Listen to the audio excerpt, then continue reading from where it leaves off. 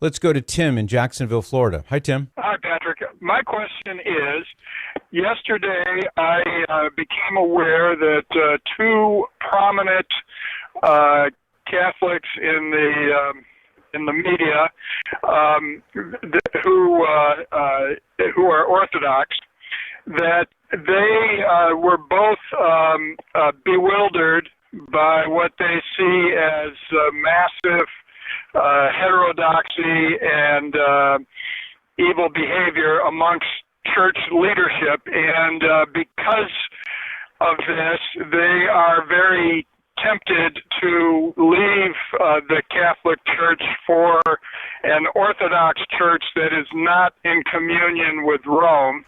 And I'm wondering how should I think about that? And when I encounter people who are tempted in that way, what can I say? I am not tempted in that way, but I agree completely with the data that they are reporting. So what do you think? I'm not aware of who these prominent people are. I am aware, I've seen a few things on social media of, I would consider sort of minor figures who are not necessarily prominent, but who have said things to that effect. So whoever the two really prominent people are, I don't know who they are. But since I've seen some people saying things like this on Twitter especially, I posted something yesterday. Was it yesterday? Yeah, it was. That just sort of gives you the answer to your question, which is, what do I think about it? So here's what I posted. I said, I don't care what they may say. I don't care what they may do. I don't care where they may go. I don't care what they may know. I won't ever abandon the Catholic Church. And then I quote a line from that wonderful hymn, Faith of our Fathers, Holy Faith, we will be true to thee till death. So that's my answer to the question. I will never, ever, ever, ever, by God's grace, leave the Catholic Church.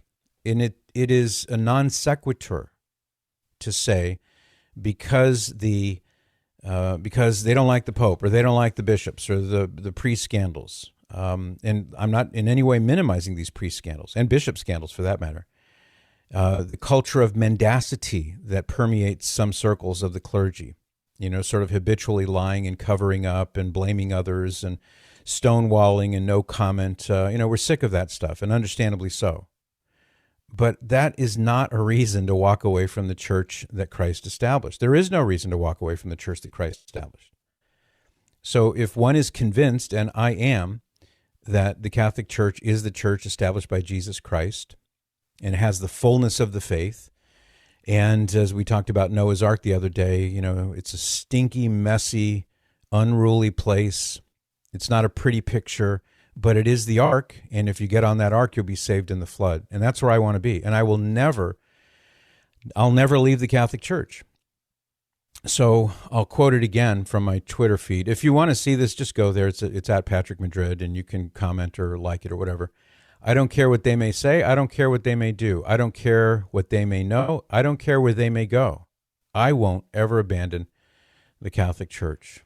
So those are my thoughts, Tim. What do you think? What do you say if they say, the Orthodox Church has apostolic succession as well? Yeah, so does the Society of St. Pius X. They have validly ordained bishops. There are plenty of schismatic groups out there that have actual apostolic succession, by virtue of which they have valid sacraments, but they are outside the church. And I'm not pronouncing on the Society of St. Pius X because they are in a unique situation. But the Orthodox churches, I should say, broke away from the Catholic Church.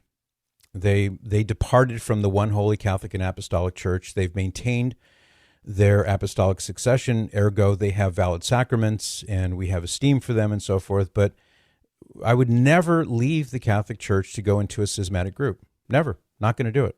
And I certainly have no sympathy for somebody who takes the cowardly way out and is not willing to stand firm and remain faithful to Jesus, stand at the foot of the cross and take it like a man. That's what we're called to do. So I have no sympathies for people who are floating the notion that, the Orthodox Church looks pretty good. Maybe I might go in that direction. That's not for me. Okay. And so I'm for myself, I would, because I fear hell and because God came down and gave me the Catholic Church. I'm never tempted to leave. But what do you tell people who are bewildered by what they see? To stay faithful. How would you tell somebody to settle themselves? Well, maybe I'll talk a little bit about that on the other side of the break, Tim. The short answer to the question is be faithful. Be faithful and you will conquer. That's the message of Revelation chapter 3. I'll say a few more things when I come back. Thanks, Tim. I'll be right back.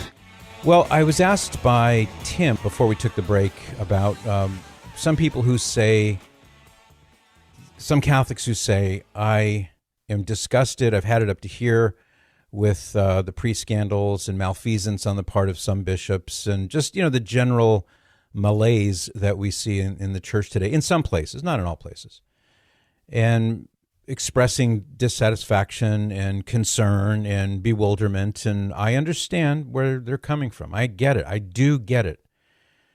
So I'm not dismissing their concerns, nor am I saying that I don't share their concerns. I think anybody who's paying attention would share those same concerns. But to go publicly and say, it's some seem to be saying it outright. Some are sort of hinting at it, being coy, and going into the Eastern Orthodox churches. One of them is an appealing possibility. That I said earlier is a non sequitur, the Latin phrase which means it does not follow. It doesn't logically follow. That's my point. Why would you walk away from the church that Jesus established, a.k.a. the Catholic Church? Yes, the Orthodox churches were part of the Catholic Church prior to the open rebellion and the schism in which they left the Holy Catholic Church in the 11th century. It was a sad, very sad, tragic situation in the life of the church. And yes, I understand. I've read the books and I know the polemics, and I understand that the Eastern Orthodox believers, who are our brothers and sisters in Christ, that they will adamantly insist that no, it was Rome that left them and they're the real church, and on and on. That's amply disproven by historical fact. It's decisively and overwhelmingly not true to claim that the Catholic Church left them. But in any case, we won't devolve into the polemics. There's plenty of books and articles and things that have been written about that if you're interested. But the point being is, it doesn't logically follow that you would walk away from the church that Jesus established because another group over there, which has apostolic succession, which Tim pointed out correctly, they do have valid sacraments, and the Catholic Church esteems the Eastern Orthodox churches and sincerely and dearly wishes that we could have a reunion again, which is what Christ wants. Father, may they be one as you and I are one, he prayed to the Father in his great high priestly prayer in John chapter 17.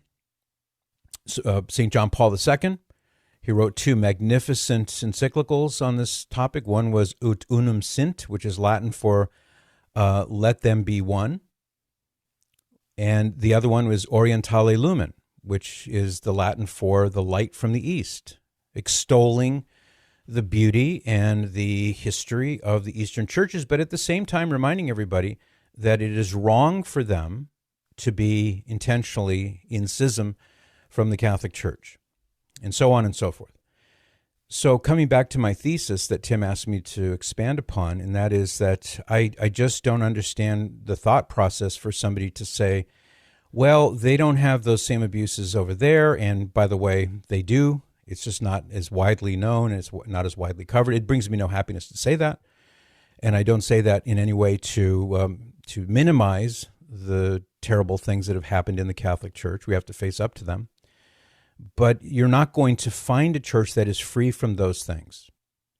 There's a big uproar right now in certain circles about the Society of St. Pius X, SSPX, because there are those who are making claims and writing articles and such, doing investigative journalism, uncovering misdeeds from those priests and publicizing them. And there's a really big uproar among the people who pay attention to those things, because you've got the adherents to the SSPX who have long believed that the SSPX kind of is the Catholic Church in exile and represents the true Catholic faith over against the excesses and errors as they see them in the Second Vatican Council and the new Mass and such, and I understand those polemics as well. Try not to enter into them because it's a mosh pit. It's really easy to get an elbow to the nose if you're not careful. But in the same way that I wouldn't go to the SSPX, I wouldn't go to the Eastern Orthodox churches. I believe we're called to stand and be faithful, and things are messy right now. Things have been messier than they are now, believe it or not.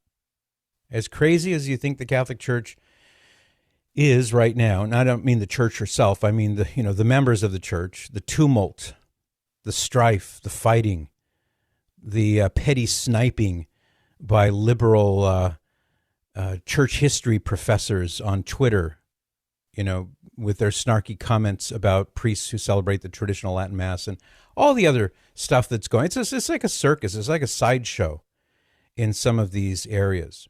But in any case, my point is that in the middle of all the turmoil and difficulty, this is still Jesus Christ's church.